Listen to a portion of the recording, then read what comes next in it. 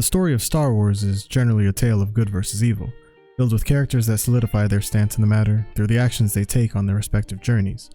It's through these actions that these characters transform from just everyday people into legends. This begs the question, which character is the best? Many may give one or various answers.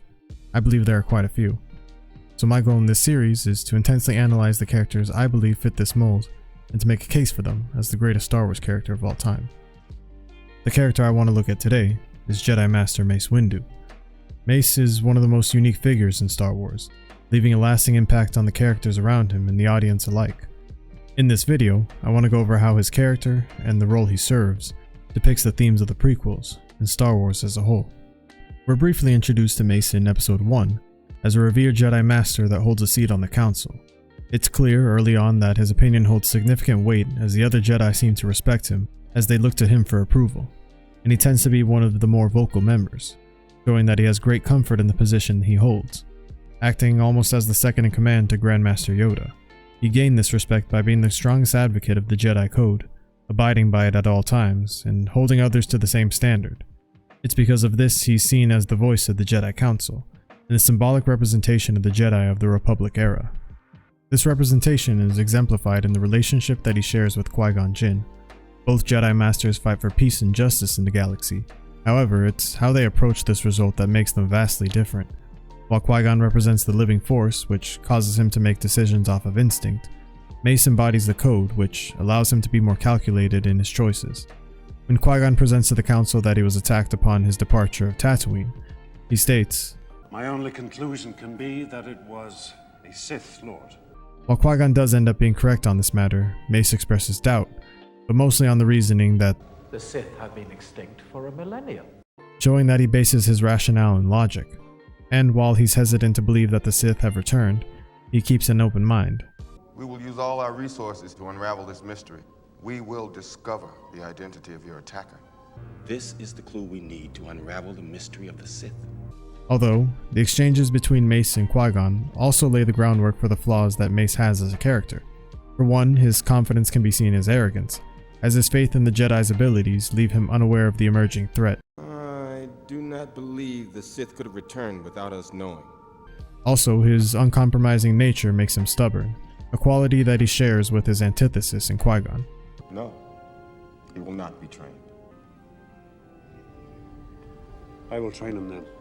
Due to the stagnation and predictability of the Jedi of this era, Mace is unwavering in his opinion of Anakin, as Anakin represents change, being the prophesized chosen one, while Mace represents structure as the embodiment of the Jedi Order.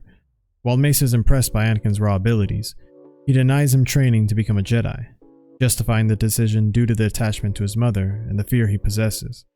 Be mindful of your feelings. your thoughts dwell on your mother. I sense much fear in you. Or as Mace more bluntly puts it, He's too old. The code forbids it.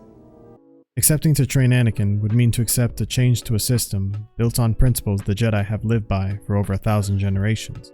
While the Council does ultimately change their decision and allow for Anakin to be trained, it's Mace's unwillingness to reshape his perspective on the matter that establishes the tense relationship between the two. As The Phantom Menace comes to a close, the film ends with both Mace and Yoda left unaware of the Sith Master's identity and plan. But which was destroyed? The Master or the Apprentice? The fact that the Jedi are unable to see their greatest threat standing before them is a concept that begins here and is further highlighted in Episode 2. Fitting, as this follows the death of the one Jedi who most thoroughly followed the will of the Force, and foresaw this threat before anyone else. At the start of Attack of the Clones, Mace and the other members of the Jedi Council discuss with Palpatine the idea that a war may be on the horizon. In this conversation, Mace states, We're keepers of the peace, not soldiers. While this displays Mace's desire to maintain peace and protect the people of the Republic, and the Jedi Order alike, it also highlights an irony in his character, as he himself is the Jedi that acts the most as a soldier, always following his duty and regarded for his strength by others. This immense power he possesses has also caused Mace to have an idealized perception of the Jedi as a whole, viewing them as incorruptible, rather than as individuals with strengths and weaknesses, which gives reason to the line, Count Dooku was once a Jedi. He couldn't assassinate anyone. It's not in his character. which then foreshadows how Anakin's violent tendencies slip past Mace and the Council. Even when Mace isn't in the scene, His presence and influence on the other characters are strongly felt. In this case, we see it through Obi-Wan. Obi-Wan is an example of someone that, like Mace, has bought into the ways of the Council and abides by the code. While Mace and the Council have Padme's best interest at heart in protecting her after the attempt on her life, their inability to work beyond protocol shows a minimal effort. We are here to protect you, Senator, not to start an investigation. Obi-Wan then proceeds to double down on this idea when challenged by Anakin with the notion that protection is a job for local security, not Jedi. It's overkill, Master. Investigation is implied in our mandate. We will do exactly as the Council has instructed. this stern response from Obi-Wan is directly linked to the impact Mace has on ensuring that others follow their orders, which sends Anakin the message to obey others without hesitation, an ideal that opposes what Qui-Gon once told him. Feel, don't think. Use your instincts. Speaking of Anakin, he and Mace are shown to be reflections of each other in this film as warriors of their generation, only in different stages of their lives, where Anakin is a Padawan finding his place in the galaxy. Mace is established as a revered Jedi Master, and both characters are shown to respect each other for their power. As wise as Master Yoda and as powerful as Master Windu. The boy has exceptional skills. It's this admiration that causes Mace to entrust Anakin with his first mission in protecting Padme, holding on to the belief that, if the prophecy is true, your apprentice is the only one who can bring the Force back into balance. As well, both Anakin and Mace can be described as arrogant, a trait that comes with their exceptional skills. A flaw more and more common among Jedi. Too sure of themselves they are. Even the older, more experienced ones. While they are similar, it's Anakin and Mace's differences that distances them from one another. Anakin views the Jedi core values as Qui-Gon once did. Compassion, which I would define as unconditional love, is central to a Jedi's life. Whereas Mace rarely shows this quality, as he's typically stoic in nature and distant in his demeanor. Protect the Senator at all costs. That is your first priority. Understood, Master. The news from Obi-Wan of the creation of the clone army is information that leaves Mace taken aback for a moment, something we rarely see as he's typically calm under pressure. No, whoever placed that order did not have the authorization of the Jedi Council.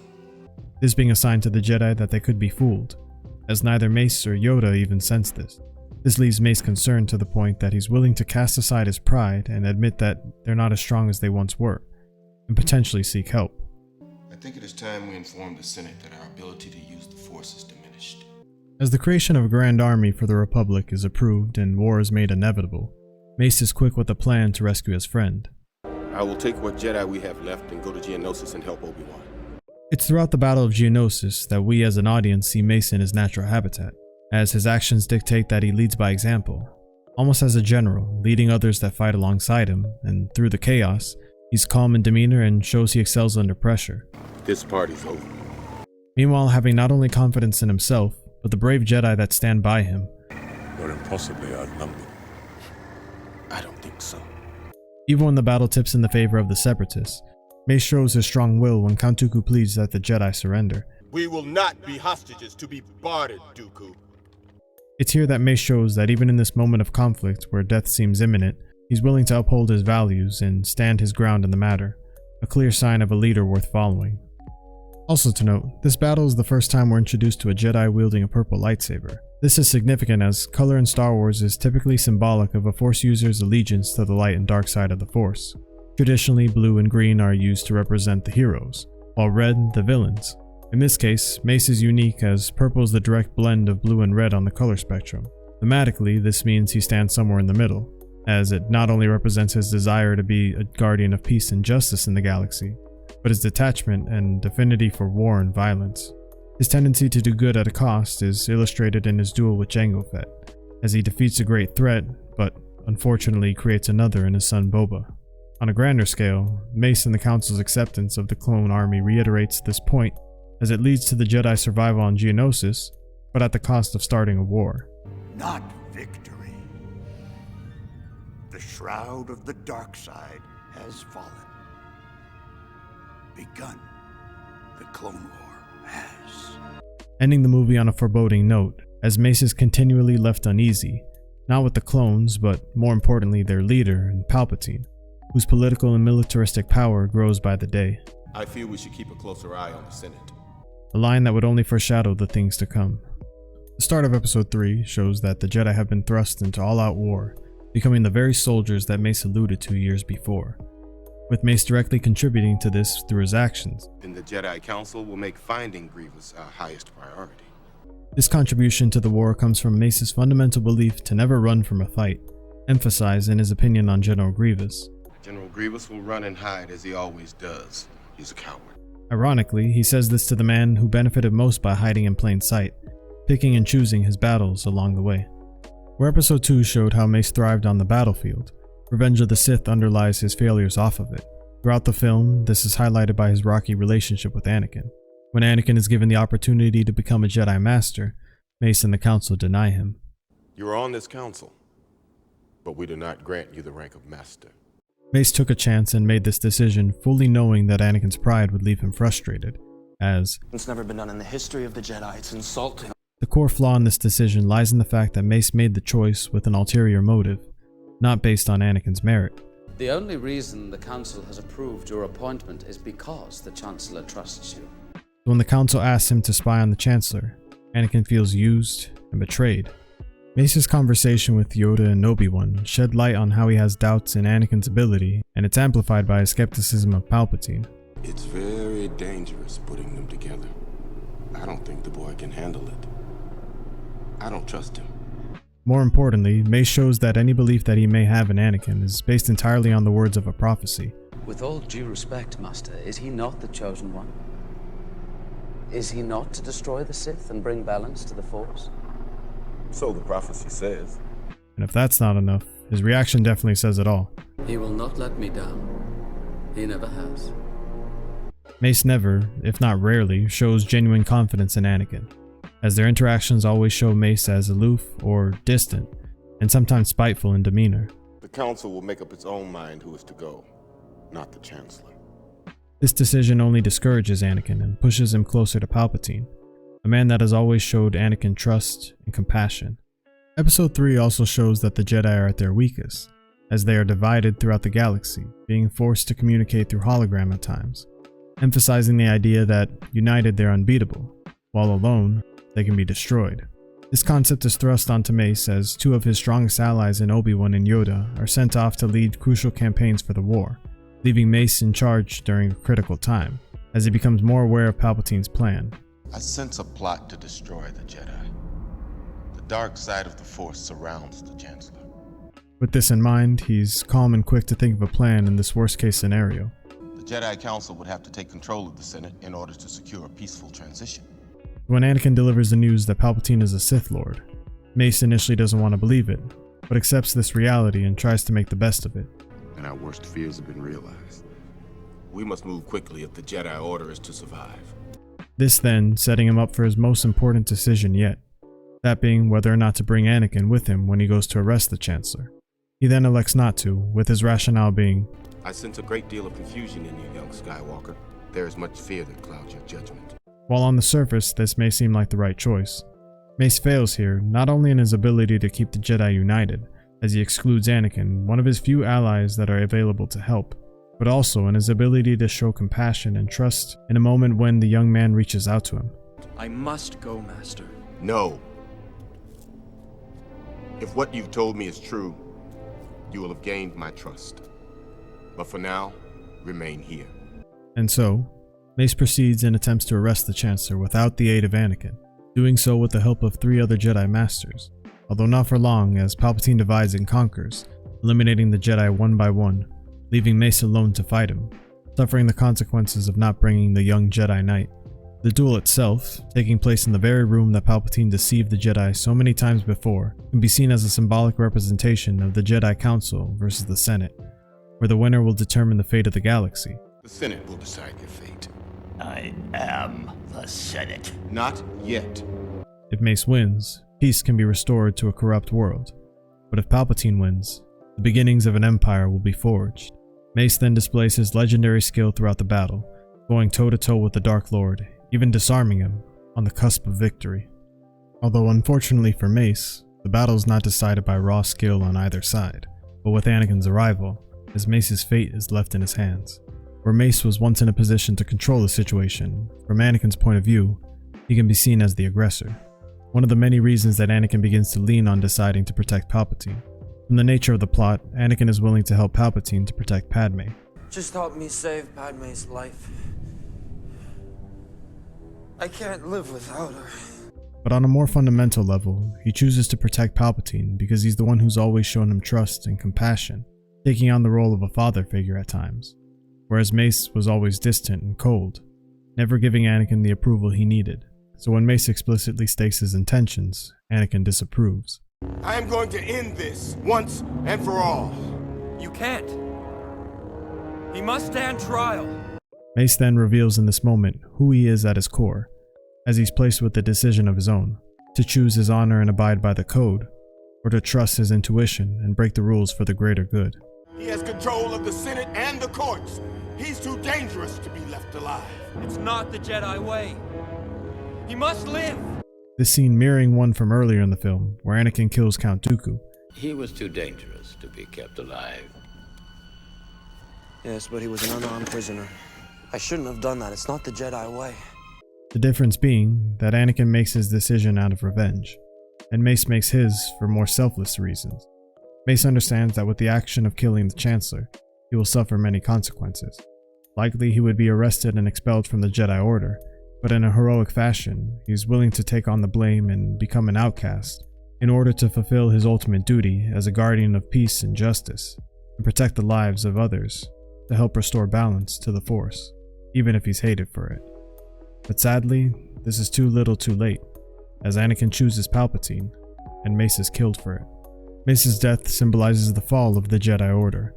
Once he's gone, Order 66 is put into effect, and the remaining Jedi are hunted down, now truly suffering the consequences of entrusting the Senate with the military power of the clones. As the agenda then becomes to villainize the Jedi and unite the galaxy behind the idea of the creation of an empire. The few survivors, like Obi-Wan and Yoda, would learn from the mistakes of Mace and go on to rebuild the Jedi, not as a part of a structured system built on a code, but as the Force willed it, allowing Luke and Leia to follow their paths and training Luke when the time was right, when he was ready. When Obi-Wan reminisces, For over 1,000 generations, the Jedi Knights were the guardians of peace and justice in the Old Republic. It's more than likely Mace was who he had in mind. Yoda would then pass on what he learned from knowing Mace to Luke. I'm looking for a great warrior. Great warrior. Wars not make one great. As a young man, Luke would value power and skill as Mace once did, but experience and wisdom has shown Yoda otherwise. Mace, like the Jedi Order of his time, was flawed, unwilling to change, and detached. Although, he was also loyal, honorable, intelligent, a fearless leader in a time of conflict, and someone for others to look up to. Mace embodies the idea that not all heroes are perfect, as they can be deeply flawed, in other words, human. But what matters is that they made the right intentions, as Mace did. And just as importantly, we can learn from their mistakes and evolve as people, while emulating their best qualities. It's because of this and so much more that Mace Windu has forever earned a special place in the hearts of audiences, as the Stoic Warrior, and the greatest Star Wars character of all time. Hey everyone, thanks for watching. I had a ton of fun making this video, so if you enjoyed it too, then I highly suggest liking the video. And if you want to see more like it, then definitely hit subscribe. Also, I want to give a shout out to my patrons. Your support means everything to me. If you enjoy the content and want to help support the channel, then check out my Patreon link in the description. Any contribution would help out immensely. Also, let me know in the comments which Star Wars character is the greatest warrior and why. And who knows, they might be in the next one. Until next time, this party's over.